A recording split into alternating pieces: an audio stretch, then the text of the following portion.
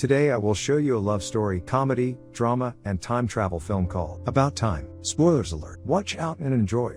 The Lake family lives in peace at their seaside home. There's Mary, the ever-busy mother, James, the ever-active father, and Desmond, the lovely but absent-minded uncle, Tim, the awkward son, and Catherine, the hyper-daughter. They have a New Year's Eve celebration with family and friends every year. Tim feels uneasy as he navigates the gathering at this year's celebration and is pulled about by his friend Jay during the countdown to the new year. A girl who has been dancing with Holly departs for a kiss, but he instead shakes her hand, disappointing her. Tim wakes up the next day, overcome with humiliation and a severe hangover. He gets called to his father's study. James, his father, then informs him that he is going to reveal a family secret to him that he has never revealed to anybody else. According to James, the males born into their family, including Tim, can go back in time, but only to their own lifetime. They can't go to a past they didn't see or a location they've never been. To achieve this, they must go to a dark area, such as a huge cupboard, and imagine themselves in the place and time where they wish to be, and they will unsurprisingly find themselves there. Tim believes this is a joke, to demonstrate that it isn't true. Tim enters the closet and expresses gratitude for the New Year's Eve celebration last night. After a few seconds, he emerges from the closet, astonished to discover himself dressed in his clothing from the day before, as well as music and discussions from downstairs. He goes down and is instantly dragged by Jay, who is dodging a table that he earlier knocked down during the countdown. Polly responds when he kisses her. Tim then returns to the closet and travels to the press.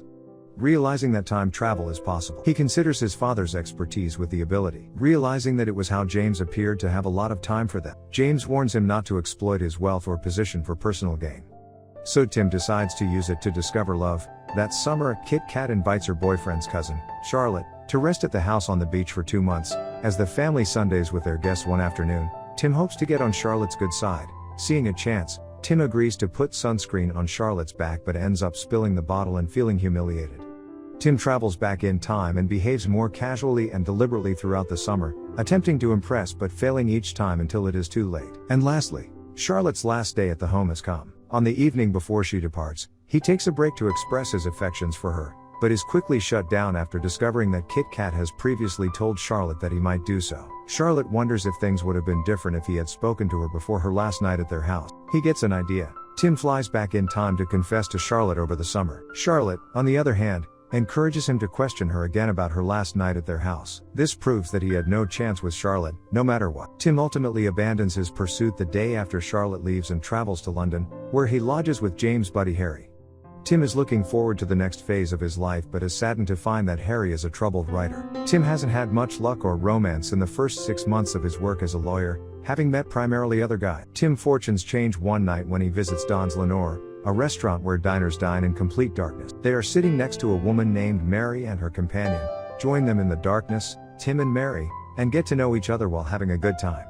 Tim and Jay eventually meet the girls in person after dinner. Tim is shocked when he sees Mary, and it's clear that sparks fly when a pair looks at each other. Before they part ways, she offers him her phone number. Tim comes back home, only to be greeted by Harry's rage. The start of his play was ruined by the lead actor forgetting his lines in an attempt to improve things. Tim travels back in time to join Harry in the theater shortly before opening night, when he approaches the lead actor Tom and persuades him to rehearse his lines. This is effective.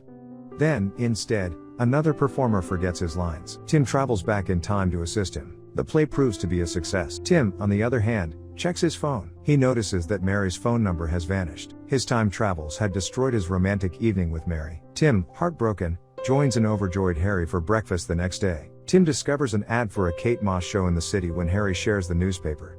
He spends the week visiting the show, expecting to run across Mary, who is a lover of Kate Moss. After a week, Mary eventually steps in, and Tim approaches with nervously. However, their meeting is not pleasant, and he discovers that Mary now has a boyfriend called Rupert. He also discovers that Mary met Rupert in order to attend his party. He discovers the specifics of the party and travels back in time to prevent it from happening. Tim arrives at Joanna's place and tempts Mary to accompany him to the party before Rupert arrives. Mary is hesitant, but later Mary joined Tim to go outside. While leaving, they walked past Rupert, her possible future fiancé. Meanwhile, they enjoy a beautiful meal where they get to know each other even better, and he ends up escorting Mary home, and she asks him up to her apartment. They take the date to the bedroom as the mood heats up. However, after awkwardly tripping over Mary's shoes and having difficulty unclipping her bra, Tim has an awkward first sexual encounter with Mary, so he decides to go back in time, and this time he skips over Mary's shoes and quickly undresses her.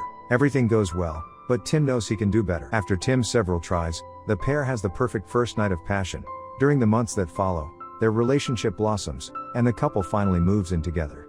While at the movie with Rory, a coworker, Tim speaks to Charlotte, but the discussion quickly fades. He tries again, but this time it doesn't go as well.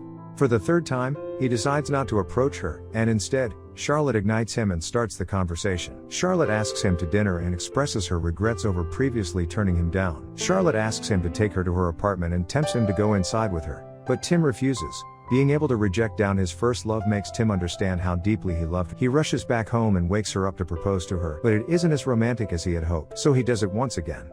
She says yes the second time.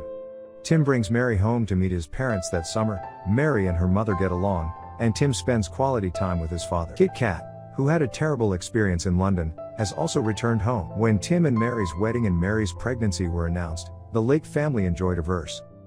Despite the fact that it rains during the ceremony and reception, their wedding ceremony is full with passion and humor. The wind has ripped and blown the tent. As a result, everyone is compelled to seek refuge inside the house. Tim goes back in time and replaces Rory as his best man. Harry and Jay ruin their speeches till he eventually picks his father. Mary gives birth to their daughter Posy months later.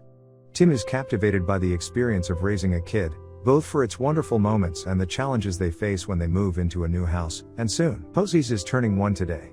All of the guests, including Harry and Rory, have come, and the doorbell rings. Tim responds, but instead of Kit Kat, it's Jimmy, her troublesome lover. He and Kit Kat had an argument earlier that day, which resulted in Kit Kat driving alone. Kit Kat had been drinking. Tim travels back in time and picks her up from her home instead, after she crashed her car on the way to Tim's house earlier that day, trying to rescue her. But this doesn't fix the problem because her sister still has a drinking problem as a result of her sad relationship with Jimmy. Tim chats to his sister in the hopes of reaching her. When that fails, he transports Kit Kat back in time to the New Year's Eve party when they started. Instead of flirting with Jimmy, she vents her rage on him and strikes him despite not recognizing her in this reality. The siblings return to the present, and Kit Kat instantly recognizes her emotions for Jay. This time, she dates Jay's instead, and their relationship works much better than her relationship with Jimmy since she saved his sister's life and happiness. Tim returns home, only to discover that he has a son changed instead of his daughter Posy. His heart skips a beat when he realizes what has happened. He immediately goes into a cabinet and travels back in time to when his son was born in order to speak with James. James acknowledges that any changes he makes before the birth of his child will almost certainly result in the conception of a different child. If he wants to continue, he could never alter all that had happened before she was born. Tim travels back in time to erase the alterations he made to Kit Kat's life and enables her car accident to occur. Tim and Mary stay by her side till she recovers. Their encouragement inspires Kit Kat to make a positive change in her life. Tim suggests Kit Kat start thinking coming home from the hospital, remembering the other timeline where she's happy with Jay. Tim delights in his daughter's presence, and their pleasure motivates him to conceive another child. Despite Mary's not agree at first, they make another son 2 years later. Tim assists Mary in preparing to see her company's best-selling author one evening, but they leave Posy downstairs, where she burns the manuscript for Mary's office. Tim wants to use time travel to rectify things, but their night is cut short by a phone call from his mother, who informs him that James has terminal cancer. Tim, his wife, and their beautiful cat visit the beach home where Tim talks to his father. Their time travel cannot undo his disease without hurting Tim and Kit Kat's in the end. Time travel cannot cure all that life throws at them. James teaches him a lot more essential lesson for their abilities. The first is to live life as normally as possible, with all of its stresses and anxieties. Second, after experiencing the day for the first time, he should go back and revisit memories from his past, focusing on how lovely the world may be.